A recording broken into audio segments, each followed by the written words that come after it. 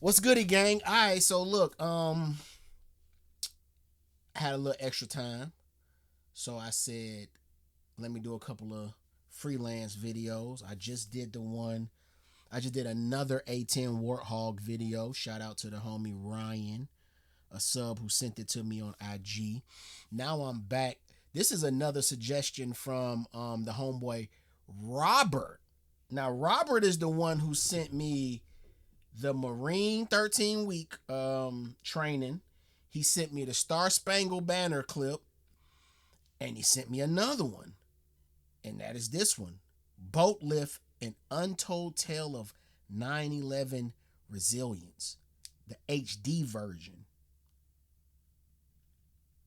I really don't know what it's about, but we're about to see. He said, bro, you should react to this one when you get a chance. All right, cool. I mean, he ain't been wrong so far. The first couple of videos I did, that he suggested, y'all been showing love. So fuck it. Let's check this one out. Let's rock. A hero is a man who does what he can. Romain Roland or Roman Roland. All right.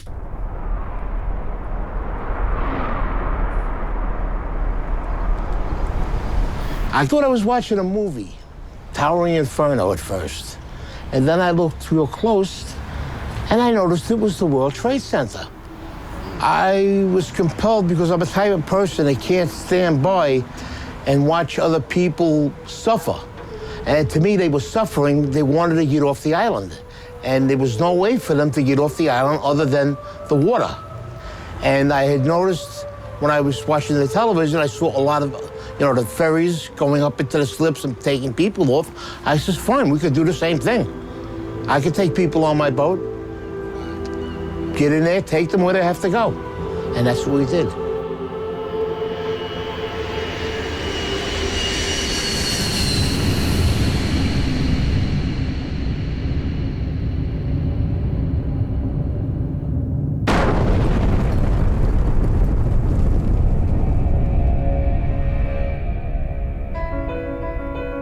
On the morning of September 11th, when the towers came down, millions of people ran for safety. Hundreds of thousands of them ran south to the water's edge. That's when they realized that Manhattan is indeed an island, and that they were trapped. Wow. They were feeling That's crazy. helpless. And that's the worst feeling in the world. What was a person on the ground gonna do? Buildings were down. There were people laying under the rubble of the building. Firemen, civilians. My wife was there, and I turned around. I says, I've got to go do something. Just like that. And she looked at me. She says, what are you going to do, you maniac?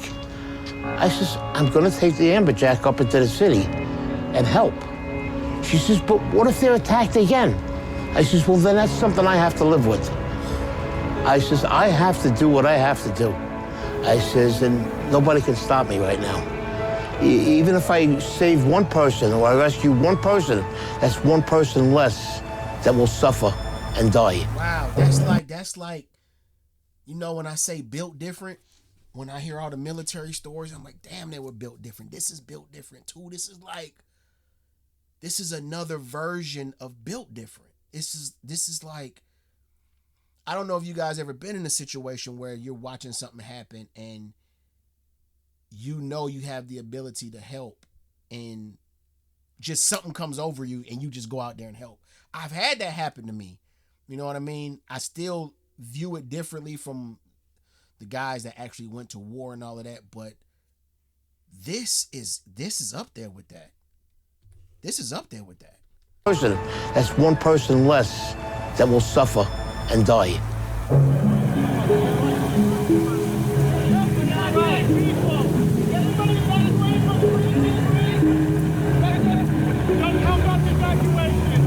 They were trying to evacuate Manhattan because nobody knew what was going on. You didn't know if something else was going to happen. It was just, a madness on one side and wanting to help people on the other side. They were just streaming out of the buildings, and the first mode of transportation they saw was a ferry boat. All That's when they knew. I've never seen this footage. I never knew this was a thing where boats was pulling up to evacuate people. I don't know. Maybe I wasn't watching the news enough, but I never knew this was going on. The mode of transportation they saw was a ferry boat. That's when they knew, this is how I'm getting out of here. So they didn't even care where the boat was going. There wasn't panic in New York in the beginning, just volume. It wasn't until the first building fell that there was panic. Oh, I couldn't imagine. You heard the building go down, but we're in the slip, so we can't see it. That's when we started letting go, and then all of a sudden, engulfed. You couldn't see anything. People were actually jumping into the river and swimming out of Manhattan. Boats were very nearly running them over. Wait. These people wanted out of Manhattan no matter any way they could. Somebody wants you to go over there. Every mode of transportation out of Manhattan was shut down. All the subways were shut. The tunnels were all closed. They closed the bridges. They closed everything immediately.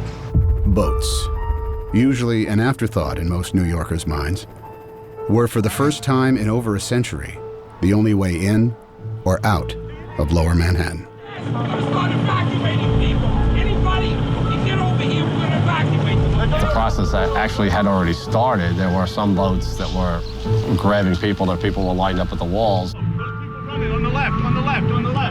It's just human nature. You see people in distress on the seawall in Manhattan begging you to pick them up. You have to pick them up. They didn't know what was going on. They seen the building getting hit with these two planes. As far as they was concerned, we were being bombed. I was wondering if they were going to come on the boat, if they had people with bombs, or if they were going to come on. We're a big orange target in the middle of that harbor. My job is to keep the boat safe, the passengers safe, my crew safe. Everybody was in shock. When it's presented to us on the news and everything, it's presented to us like they know it's a terrorist attack. They know this is that it was the planes that flew. I couldn't imagine actually just walking in Manhattan that day and the building coming down, because you may not have paid attention to the plane going into it, and the buildings come down and you literally do not know what the fuck is going on. So of course I never thought about it that way. Of course they're on the ground thinking that, okay, that had to be a bomb, and maybe they're just gonna keep bombing and just keep bombing and just keep bombing. Of course the captains are thinking, what if the person who did this is on my boat now?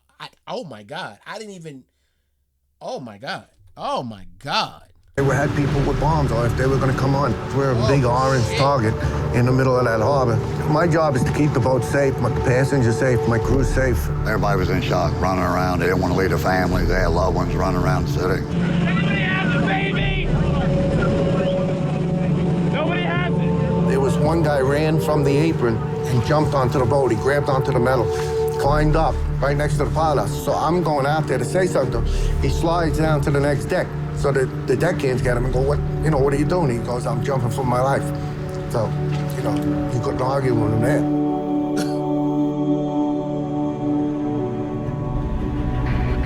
There was a small boat that was at the lower tip of Manhattan.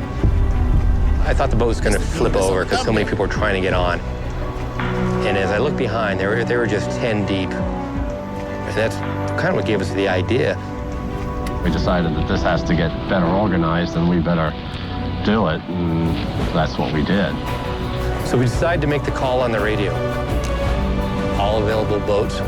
This is the United States Coast Guard aboard the pilot boat New York. Anyone want to help with the evacuation of Lower Manhattan? Report to Governor's Island. When that call came on the radio, they were coming. I was uncertain of who was going to respond. About 15, 20 minutes later, there are just boats all across the horizon. Literally 100 targets converging on the lower part of Manhattan. Bro, I didn't know about none of this shit, y'all. I didn't know this took place. Literally 100 targets converging on the lower part of Manhattan. When we came out of that dust cloud, There has to be a movie tugboats. about this. I've never seen so many tugboats all at once. There was just like a fleet of tugboats headed to Manhattan. If it floated and it could get there, it got there. All different size, shapes, and forms. I mean, and they were zooming across this water. Ferries, private boats, party boats. I worked on the water for 28 years. I've never seen that many boats come together at one time that fast. One radio call and it just came together just that fast. Look at that. Look at that. Hundreds of boats converged on the city, leaving the sun-bathed harbor behind them. Dead ahead, the unknown. Oh, these are unspoken heroes. Ain't that what it's called? Unspoken heroes? When I don't know what it's forgotten heroes, unspoken heroes. This is amazing, y'all. Oh my God. Oh.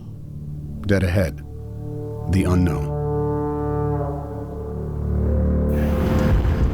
And just think, these guys are all going here not knowing. They know something happened on the island. They just don't know exactly what. They're going, and their first instinct is just, fuck it, we got to go help. We don't know exactly what's going on. We don't know if they bombing. We don't know if they still bombing. We don't know if they're going to keep bombing. We don't know if this is all a trap. All they know is our people need help. We got to go get them. The unknown. That was something I won't forget. It was just low, dark, acrid, black smoke. It's like there was a big chimney in Manhattan. When we pulled into Pier 11, the dust was unbelievable. And then out of nowhere, you just kept on seeing people coming. They looked like zombies coming through the fog, and you knew that those were human beings. Don't leave us. Please don't leave us here. Take us. At that point, the Coast Guard said, not how many people are you allowed, how many people can you fit? Come on, guys. Anybody coming? Get your ass over here now. Now. Come on. Boats started hanging, literally would take a bedsheet off a bunk and a can of spray paint and paint their destination on.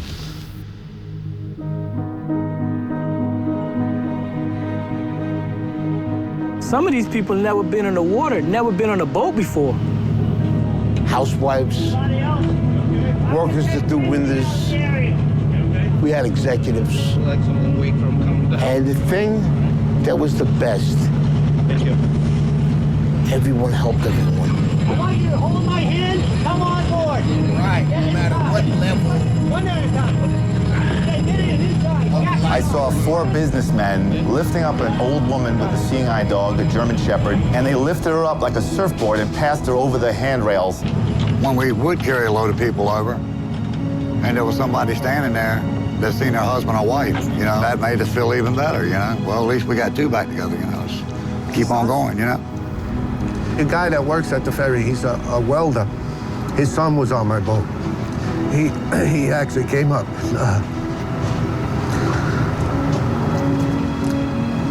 He thanked me. We went back and forth all day long, carrying boatloads, as many as our boat would hold. And it's a lot of people. A lot of people.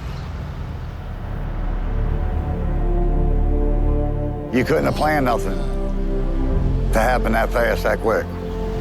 No training. This was just people doing what they had to do that day. You forget all about what you're supposed to do, what they teach you in school, and you say, you know what? Morally, this is the right way to go. And deep down, this is what I'm gonna do. Average people. They stepped up, and when they needed to, they showed me, you know, when the American people need to come together and pull together, they will do it. I do feel a way honored that I was a part of it. That was the greatest thing I ever did with my life. The greatest day that I've ever seen in all my boating, I mean, my life on the water.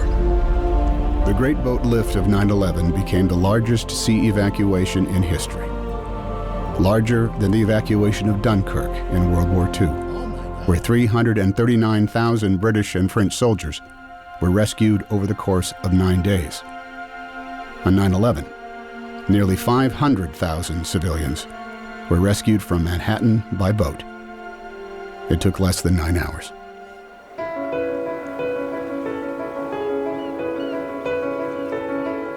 I believe somebody has a little hero in them. You gotta look in. And it's in there. It'll come out if need to be. I have one theory in life. I never want to say the word I should have. If I do it and I fail, I tried. If I do it and I succeed, better for me. And I tell my children the same thing.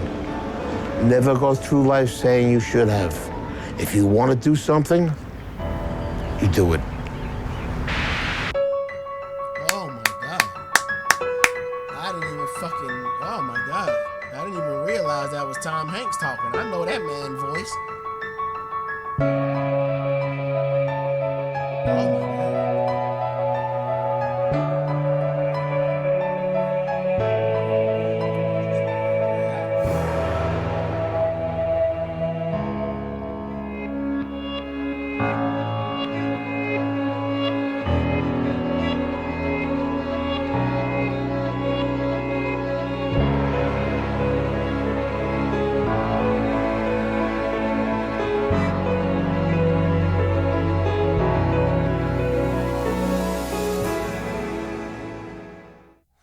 Woo! Got a little emo at the end, y'all. I got a little emo. Oh God, I don't know. I don't know what to say. That was, man. That's tough, bro.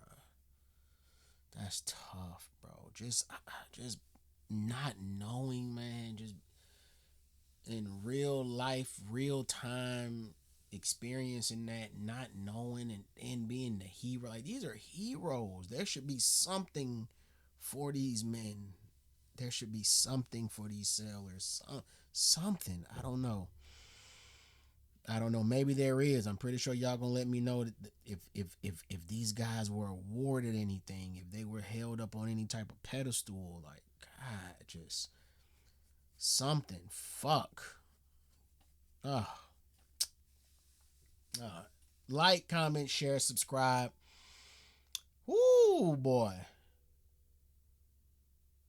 They should call that Operation Boatlift. Like, that's some real hero shit that I just experienced. I didn't know none of this was going on, y'all.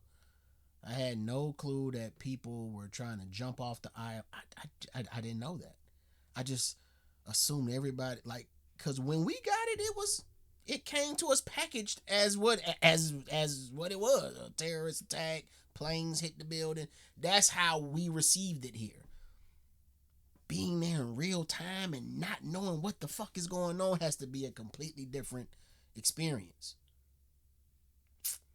Like, comment, share, subscribe, y'all. I'll catch y'all on the next one. I'm out. Peace.